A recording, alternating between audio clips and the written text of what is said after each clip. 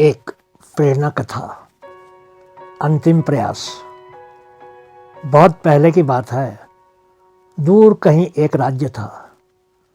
उस राज्य का राजा बहुत ही प्रतापी था। उसके यहाँ देश विदेश से बहुत से लोग आते रहते थे और राजा सभी का स्वागत करता था। एक दिन दरबार में विदेश से एक व्यक्ति आया। उसने राजा को एक बहुत ही सुंदर पत्थर उपहार स्वरूप भेंट किया। राजा को उतना सुंदर पत्थर देखकर बहुत ही खुशी हुई। वो काफ़ी बड़ा पत्थर था। राजा ने सोचा कि क्यों ना पत्थर को तराशकर भगवान विष्णु की एक मूर्ति बनवा दी जाए और फिर उसको राज्य के मंदिर में स्थापित कर दिया जाए। उन्होंने ये कार्य अपने महामंत्री को सौंप दिया। महामंत्री गांव के सर्वश्रेष्ठ मूर्तिकार के पास गया और उसे वह पत्थर देते हुए बोला, महाराज मंदिर में भगवान विष्णु की प्रतिमा स्थापित करना चाहते हैं। 7 दिवस के भीतर इस पत्थर से भगवान विष्णु की प्रतिमा तैयार कर राजमहल पहुंचा देना। इसके लिए तुम्हें 50 स्वर्ण मुद्राएं दी जाएगी। 50 स्वर्ण मुद्राओं की बात सुनकर मूर्तिकार खुश हो गया और महामंत्री के जाने के उपरांत प्रतिमा का निर्माण कार्य प्रारंभ करने के उद्देश्य से अपने औजार निकाल लिए। अपने औजारों में से उसने एक हथौड़ा लिया और पत्थर तोड़ने के लिए उस पर हथौड़े से वार करने लगा, किंतु पत्थर जस का तस रहा। मूर्तिकार ने हथौड़े के कई वार पत्थर पर किए, किंतु पत्थर नहीं टूटा। 50 बार प्रयास करने के उपरांत मूर्तिकार ने अंतिम बार प्रयास करने के उद्देश्य से हथौड़ा हटाया, किंतु यह सोचकर हथौड़े पर प्रहार करने के पूर्व ही उसने हाथ खींच लिया कि जब 50 बार वार करने से पत्थर नहीं टूटा तो अब क्या टूटेगा।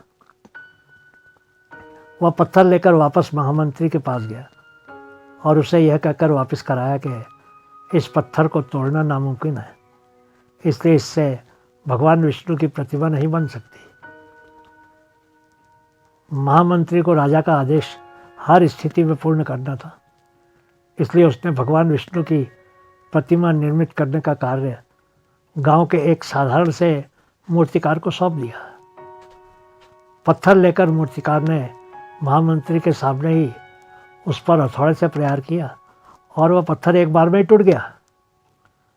पत्थर टूटने के बाद मूर्तिकार प्रतिमा बनाने में जुट गया। इधर महामंत्री सोचने लगा कि काश पहले मूर्तिकार ने एक अंतिम प्रयास और किया होता तो सफल हो गया था और 50 स्वर्ण मुद्राओं का हकदार बनता। मित्रों, हम भी अपने जीवन में ऐसी परिस्थितियों से दो चार होते रहते हैं। कई बार किसी कार्य को करने के पूर्व या किसी समस्या के सामने आने पर उसका निराकरण करने के पूर्व ही हमारा आत्मविश्वास डगमगा जाता है और हम प्रयास किए बिना ही हार मान लेते हैं। कई बार हम 1-2 प्रयास में असफलता मिलने पर आगे प्रयास करना छोड़ देते हैं, जबकि हो सकता है कि कुछ प्रयास और करने पर कार्य पूर्ण हो जाता या समस्या का समाधान हो जाता। यदि जीवन में सफलता प्राप्त करनी है तो बार बार असफल होने पर भी तब तक प्रयास करना नहीं छोड़ना चाहिए जब तक सफलता नहीं मिल जाती। क्या पता जिस प्रयास को करने के पूर्व हम हाथ खींच लें वही हमारा अंतिम प्रयास हो और उसमें हमें कामयाबी प्राप्त हो जाए। मित्रों, अपने प्रयास को बीच में कभी नहीं छोड़ना चाहिए। भले ही आप साथ साथ कोई और काम भी शुरू कर दें, लेकिन अपने प्रयास को निरंतर रखिए और एक दिन सफल होने की आशा करते रहिए। बहुत बहुत शुक्रिया आप सभी का। दोस्तों, हमारी ये छोटी छोटी कहानियों को अपने मित्रों के साथ भी शेयर कीजिए। हमें आपके सहयोग की बहुत सख्त ज़रूरत है। हम आपके आभारी हैं। धन्यवाद।